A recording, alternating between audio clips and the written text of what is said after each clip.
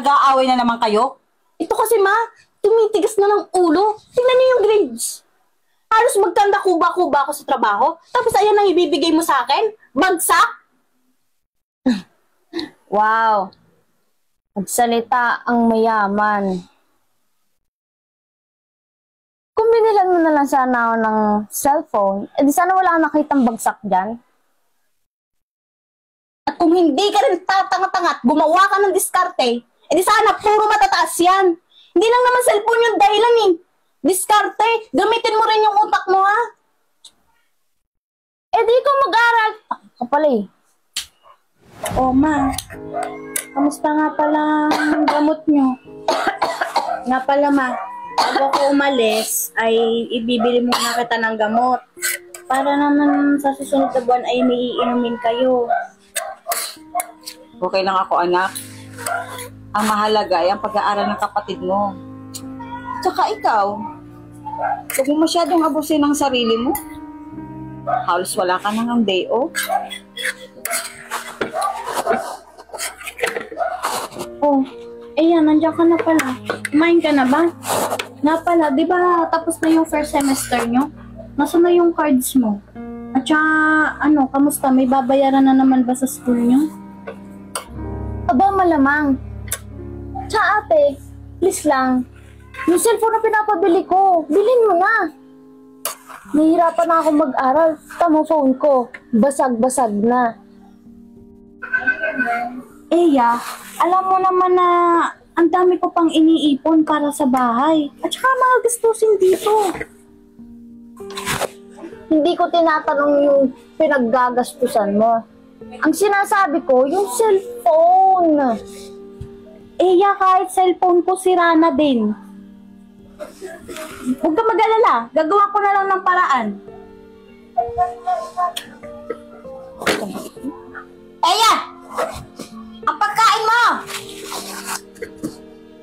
Pasensya mo na yung kapatid mo.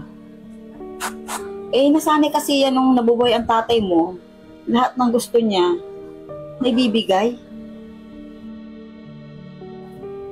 Hindi ko na alam sa batang yun ma. Hindi na yata yun nakasanayan kay Papa. Matagal nang patay si Papa. At saka, Diyos ko, ugali niya na yata yun. Kung nakakawalang gana. Pabayaan mo na at pagsasabihan ko na lang. Sige na, kumain ka na. Maya-maya magpahinga ka na. Sige na, kumain na kayo. Kapatid mo talaga.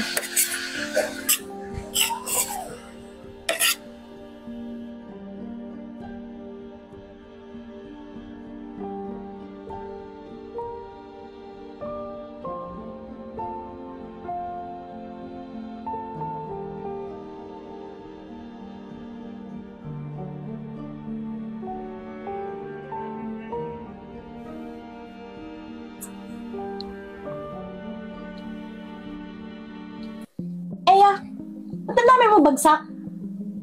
Akala ko ba binibigay ko lahat ng pambili ng projects mo? Ano nangyari? Saan mo ba ginagastos ang pera ha? Ano ba?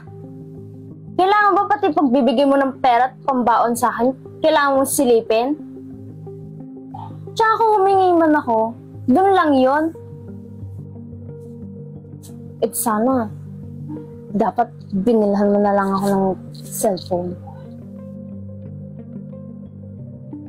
Ano na naman ba yan? At nag-aaway na naman kayo? Ito kasi ma, tumitigas na ng ulo. Tingnan niyo yung grades. Halos magkanda kuba-kuba ako sa trabaho. Tapos ayan ang ibibigay mo sa akin? Bagsak?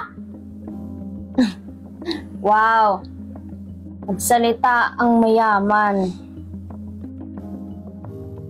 Kung binilan mo na lang sana ako ng cellphone, edi sana wala kang nakitang bagsak dyan. At kung hindi ka rin tatanga-tangat, gumawa ka ng diskarte, edi sana puro matataas yan. Hindi lang naman cellphone yung dahilan eh. Diskarte, gamitin mo rin yung utak mo ha. Edi ikaw mag-aral. Ako pala eh. Alam mo, kung ba't hindi nakapagtapos ang ate mo? Dahil inuna ka niya. Wala kang utang na loob. Loob! Ay.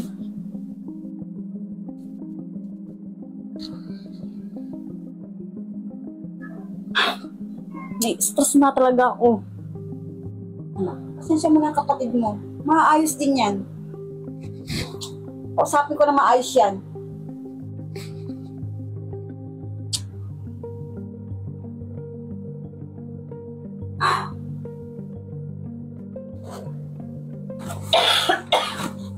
Saan ba kasi yung ATM ko? Ito lang nilagay sa wallet ko yun. Ano ma, nahanap nyo ba? Sa kwarto ni Iya, nandun ba? Nanggaling na ako doon. Wala ang ATM mo. Hindi ako makakapasok dito sa trabaho mo kung wala yung ATM ko. Ano yung dala mo, anak? Cellphone, obvious ba? Pinahabili lang to sa ng kaibigan ko. Teka nga. Aray, ano ba? Wait lang ha. Sabi ko na nga ba, May? Nasa kanya yung ATM ko. Ano, pati gamit ng iba, nakuha mo pang kunin? At iPhone pa talagang binili mo. Kapal naman ang pagmumukha mo. Huwag mo sa akin isisi lahat. Dahil una pa lang, responsibilidad mo ko.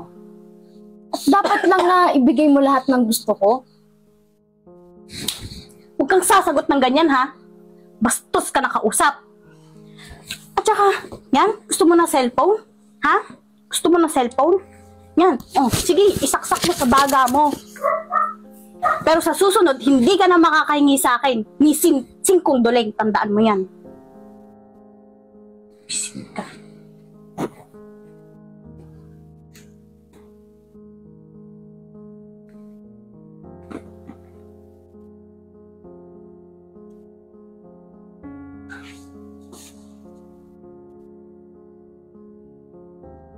Talaga itong buwain ito.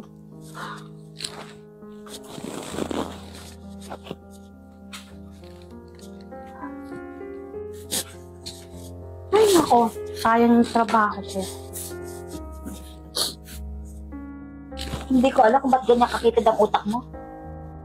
Nakuha mo ipabarangay ang ate mo. At siniraan mo pa. Bakit? Dahil hindi ka nabibigyan ng pera? Wala akong pakialam. Tsaka, sinampal niya naman talaga ako eh. Dapat lang na magbigay siya. Kasi, pamilya na tayo. Bigyan mo naman ng konting konsiderasyon ng ate mo. Ate mo yan. Hindi yan banker o sponsor mo. Ano ka ba naman? Hindi na yan makikinig sa atin, ma. Ano, Iya? Pamilya pa ba talagang turing sa amin? Hindi na ako makaintay. Hindi na kita kaya. Hintay mo lang at tiyahin mo. Masusundo na kita. Doon ka na muna tumira. Sana matuto ka sa gagawin namin. Mag-impake ka na. Mamaya-maya nandito na yon. Di ka muna namin kukunin ni Mama hanggat hindi ka nagtitinong. Sa Marawi, hindi na ako makakapag-aral. Ang layo nun. Ganun na ba talaga kayo kayabang? Mag-impake ka na. Pumasok ka na doon sa kwarto mo. Bago pa kumain sa'yo.